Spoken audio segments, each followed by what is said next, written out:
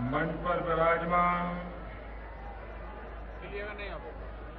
बिहार के राज्यपाल श्रीमान रामनाथ कोविंद जी, बिहार के मुख्यमंत्री श्रीमान नीतीश कुमार जी, पंजाब के मुख्यमंत्री सरदार प्रकाश सिंह बादल जी, केंद्र में मंत्रिपरिषद के मेरे साथी श्रीमान रामविलास पासवान जी, श्री रविशंकर प्रसाद जी, पंजाब के उप मुख्यमंत्री श्रीमान सुखबीर जी, केंद्र में मंत्रिपरिषद में मेरे साथी हरसिमरत कौर जी, गुरुद्वारा पटना साहिब के अध्यक्ष श्रीमान अवतार सिंह जी, सिख गुरुद्वारा प्रबंध कमेटी के अध्यक्ष श्रीमान के.आर. बांधुगर जी और विशाल संख्या में पधारे हुए सभी प्यारे भाई और बहनों, श्री पटना साहब गुरुदी नगरी विखे दशमेश पिता साहिब श्री गुरु गोबिंद सिंह जी महाराज के जन्मदिन दे दिहाड़े गुरु साहिबान दी बख्शीश लैण आई साध संगत तुहानू मैं जी आईया आपदा हां इस पवित्र दिहाड़े ते मैं तुहानू सारियानू नवे साल दी लख लख बधाइयां भी दिंदा हां।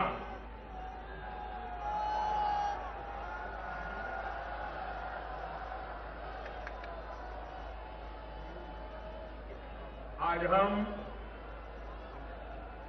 पटना साहिब की इस पवित्र धरती पर इस प्रकाश पर्व को मनाने में भाग्यशाली हुए हैं, लेकिन आज पूरे विश्व में जहां जहां भारतीय रहते हैं, सिख समुदाय रहता है, दुनिया के सभी देशों में भारत सरकार ने हमारी एम्बेसीज के माध्यम से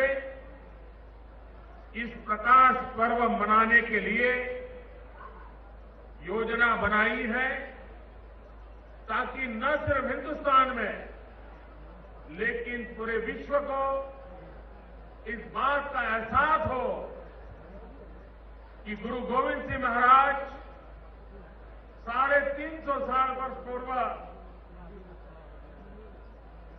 एक ऐसा दिव्यात्मा का जन्म हुआ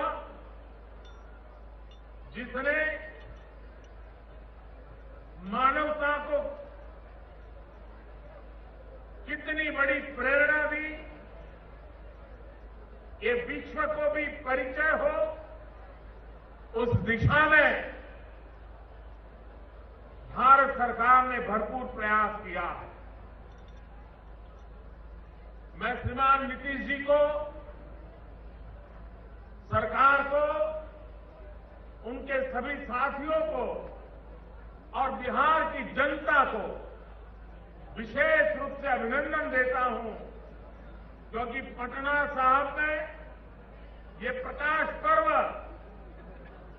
एक विशेष अहमियत रखता है। हिंदुस्तान की एकता, अखंडता, भाईचारा, सामाजिक समरसता, सर्वपंथ समभाव, इसका बहुत ही मजबूत संदेश देने की ताकत ये पटना साहिब में प्रकाश पर्व को मनाने में है। और इसलिए नीतीश जी ने जिस मेहनत के साथ स्वयं, मुझे बताया जाता था कि स्वयं गांधी मैदान आकर के हर चीज की बारीकी से चिंता करके इतने बड़े भव्य समारोह की योजना की है। कार्यक्रम का स्थल भले पटना साहब में हो, लेकिन प्रेरणा पूरे हिंदुस्तान को है, प्रेरणा पूरे विश्व को है।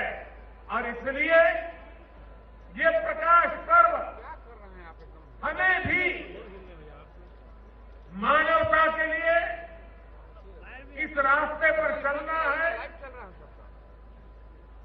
हमारे संस्कार क्या है, हमारे मूल्य क्या है, हम मानव जात को क्या दे सकते हैं,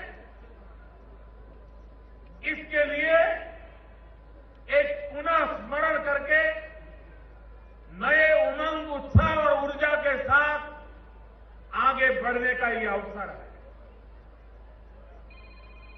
गुरु गोविंद सिंह जी महाराज ये त्याग की प्रतिमूर्ति थी। हम कल्पना कर सकते हैं कि आंखों के सामने अपने पूज्य पिता का बलिदान देखे और अपने ही मौजूदगी में अपने संतानों को भी आदर्शों के लिए, मूल्यों के लिए, मानवता के लिए बलि चढ़ते देखे और उसके बाद भी त्याग की पराकाष्ठा देखे।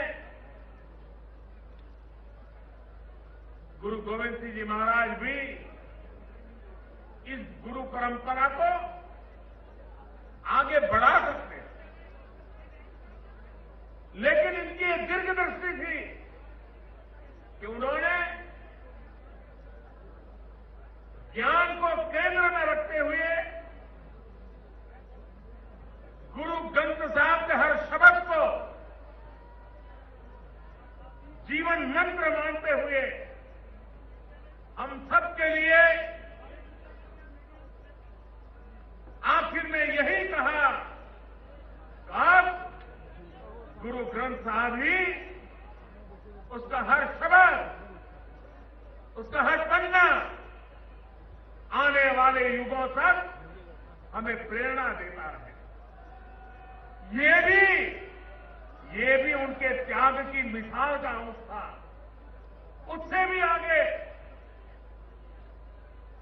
जब पंच प्यारे और खालसा पंथ की रचना, उसमें भी पूरे भारत को जोड़ने का उनका प्रयास था। जब लोग आदि शंकराचार्य की चर्चा करते हैं तो कहते हैं कि आदि शंकर ने हिंदुस्तान के चारे कोने में मठ का निर्माण करके भारत की एकता को बल देने का प्रयास किया था। गुरु गोविंद सिंह महाराज साहब ने भी हिंदुस्तान के अलग अलग कोने से उन पंच प्यारे की पसंद करके समग्र हिंदुस्तान को खालसा परंपरा के द्वारा एकता के सूत्र में बांधने का उस जमाने में अद्भुत प्रयास किया, जो आज भी हमारी विरासत है। और मैं हमेशा हृदय से अनुभव करता हूं कि मेरा कुछ खून का रिश्ता है, क्योंकि जो पहले पंच प्यारे थे, उन पंच प्यारों को ये नहीं कहा गया था आपको ये मिलेगा, आपको ये पद मिलेगा, आगे आइए। नहीं, गुरु गोविंद सिंह महाराज साहब का कसौटी का मानदंड भी बड़ा ऊंचा रहता था। उन्होंने तो सर कटवाने के लिए निमंत्रण दिया था, आइए आपका सर काट दिया जाएगा और इस त्याग के आधार पर तय होगा आगे कैसे बढ़ना। और अपना सर देने के लिए देश के अलग अलग कोने से लोग आगे आए। उसमें एक गुजरात के द्वारिका का दर्जी समाज का बेटा, वो भी आगे आया और पंच प्यारों में उसने जगह पाई। गुरु गोविंद सिंह महाराज साहब ने उसको गले लगाया और पंच प्यारे खालसा परंपरा निर्माण को किया था गुरु गोविंद सिंह महाराज साहब ने। वे चाहते उस दिशा में ये परंपरा चल सकती थी, लेकिन लेकिन ये उनका त्याग, उनकी ऊंचाई थी कि गुरु गोविंद सिंह महाराज साहब ने स्वयं को भी उस बंधनों में बांध दिया और उन्होंने कहा कि ये जो पंच प्यारे हैं, ये जो खालसा परंपरा बनी है, मेरे लिए भी क्या करना न करना, कब करना, कैसे करना, ये जो निर्णय करेंगे मैं उसका पालन करूंगा। मैं समझता हूं कि गुरु गोविंद सिंह जी महाराज साहब का इससे बड़ा त्याग की कल्पना कोई कर नहीं सकता कि जिस व्यवस्था ने खुद को खड़ी की, खुद की प्रेरणा से व्यवस्था खड़ी हुई, लेकिन उस व्यवस्था को उन्होंने अपने सर पे बिठाया और स्वयं को उस व्यवस्था को समर्पित कर दिया और उस महानता का परिणाम है आज 350 साल का प्रकाश पर्व मनाते हैं। तब दुनिया के किसी भी कोने में जाए, सिख परंपरा से जुड़ा हुआ कोई भी व्यक्ति होगा, वो वहां नतमस्तक होता है, अपने आप को समर्पित करता है। गुरु गोविंद सिंह महाराज साहब ने जो परंपरा रखी थी, उस परंपरा का पालन करता है। तो ऐसी एक महान प्रेरणा गुरु गोविंद सिंह महाराज साहब को जब याद करते हैं तो कुछ इतिहासकार शौर्य और वीरता के पहलू को ही प्रकट करते हैं, लेकिन उनकी वीरता के साथ उनकी जो धीरता थी, धैर्य था, वो अद्भुत था। वे संघर्ष करते थे, लेकिन त्याग की पराकाष्ठा अभूतपूर्व थी। वे समाज में बुराइयों के खिलाफ लड़ते थे, ऊंच नीच का भाव, जातिवाद का जहर, उसके खिलाफ भी लड़ाई लड़के समाज को एकता के सूत्र में बांधना, सबको समानता, इसमें कोई ऊंच नीच का भेद न हो, उसके लिए जीवन पर्यंत अपनों के बीच भी वो आग्रहपूर्वक बातों को मनवाने में अपना जीवन खपाते रहे। समाज सुधारक हो, वीरता की प्रेरणा हो, त्याग और तपस्या की तपोभूमि में अपने आप को तपाने वाला व्यक्तित्व हो, सब गुण संपन्न ऐसा गुरु गोविंद सिंह जी महाराज साहब का जीवन आने वाली पीढ़ियों को प्रेरणा देता रहे। हम भी सर्वपंथ समभाव के साथ समाज का हर वर्ग बराबर है, न कोई ऊंच है, न कोई नीच है, न कोई अपना है, न कोई पराया है।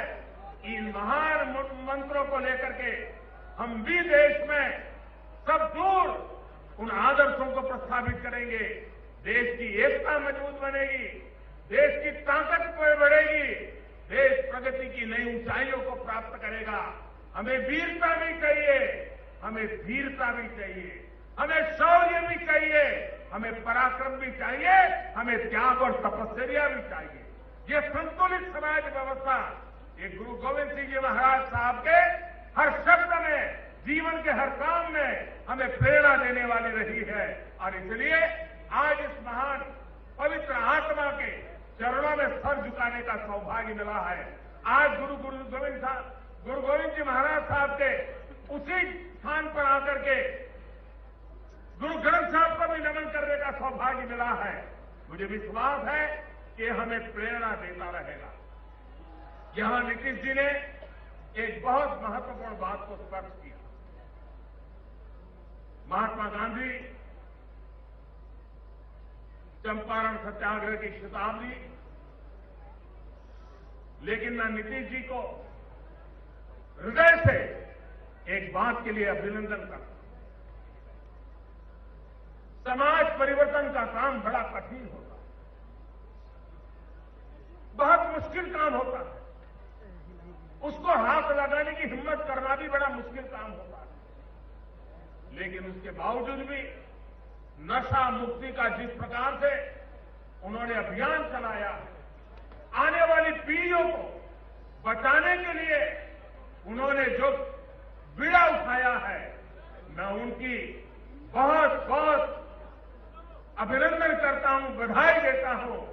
और मैं भी पूरे बिहार वासियों से, सभी राजनीतिक दलों से, सभी सामाजिक जीवन में काम करने वालों से यही गुजारिश करूंगा कि ये काम सिर्फ सरकार का नहीं है, ये काम सिर्फ नीतीश कुमार का नहीं है, ये काम सिर्फ किसी राजनीतिक दल का नहीं है, ये जन जन का काम है। उसको सफल बनाएंगे तो बिहार देश की प्रेरणा बन जाएगा। और मुझे विश्वास है कि जो बीड़ा नीतीश जी ने उठाया है वो जरूर सफल होंगे और हमारी आने वाली पीढ़ी को बचाने के काम में गुरु गोविंद सिंह जी महाराज का ये प्रकाश पर्व भी उनको आशीर्वाद देगा, उनको एक नई ताकत देगा। और मुझे विश्वास है कि बिहार देश की एक बहुत बड़ी अनमोल शक्ति बनेगा। देश को आगे बढ़ाने में बिहार बहुत बड़ा योगदान करेगा, क्योंकि ये बिहार की धरती है जिसने गुरु गोविंद सिंह जी महाराज साहब से अब तक अनेक महापुरुष हमें दिए हैं। राजेंद्र बाबू की याद करें, चंपारण सत्याग्रह की कल्पना की भूमि है ये। जयप्रकाश नारायण, कर्पूरी ठाकुर, अनगिनत नर रत्न इस धरती ने मां भारती की सेवा में दिए हैं। ऐसी भूमि पर गुरु गोविंद सिंह जी महाराज वो प्रेरणा हम सबके लिए एक नया आदर्श, नई प्रेरणा, नई शक्ति देती है। इसी एक अवसर को, प्रकाश पर्व को, ज्ञान के प्रकाश को जीवन भर अपने अंदर ले जाने के संकल्प के साथ हम इस प्रकाश पर्व को मनाए। विश्व भर में जो भी भारत सरकार के अलग अलग मिशन के द्वारा, एमएससी के द्वारा ये प्रकाश पर्व मनाया जा रहा है, मैं विश्व भर में फैले हुए गुरु गोविंद सिंह महाराज साहब का स्मरण करने वाले सभी जनों को अंतःकरण पूर्वक बहुत बहुत शुभकामनाएं देता हूं, बहुत बहुत बधाई देता हूं। भारत सरकार ने इस प्रकाश पर्व को बहुत व्यापक रूप से हिंदुस्तान और हिंदुस्तान के बाहर मनाने की योजना बनाई है, कमेटी बनाई है। 100 करोड़ रुपया उस काम के लिए लगाया है। रेलवे ने अलग से करीब 40 करोड़ रुपया लगा करके सारी व्यवस्थाएं इस प्रकाश पर्व के निमित्त खड़ी की है। भारत सरकार के सांस्कृतिक विभाग ने भी करीब 40 करोड़ रुपया लगा करके अनेकविध योजनाओं को साकार करने की दिशा में काम किया है, ताकि ये हमेशा हमेशा आने वाली पीढ़ियों को प्रेरणा देने वाला काम बने। उस दिशा में हम काम कर रहे हैं और आगे भी इस काम को आगे बढ़ाते जाएंगे। मैं फिर एक बार इस अवसर पर, इस पवित्र अवसर पर सहभागी बनने का मुझे सौभाग्य मिला, अपने जीवन को धन्य मानता हूं। आप सबसे प्रणाम करते हुए जो बोले सो निहाल, सत श्री अकाल।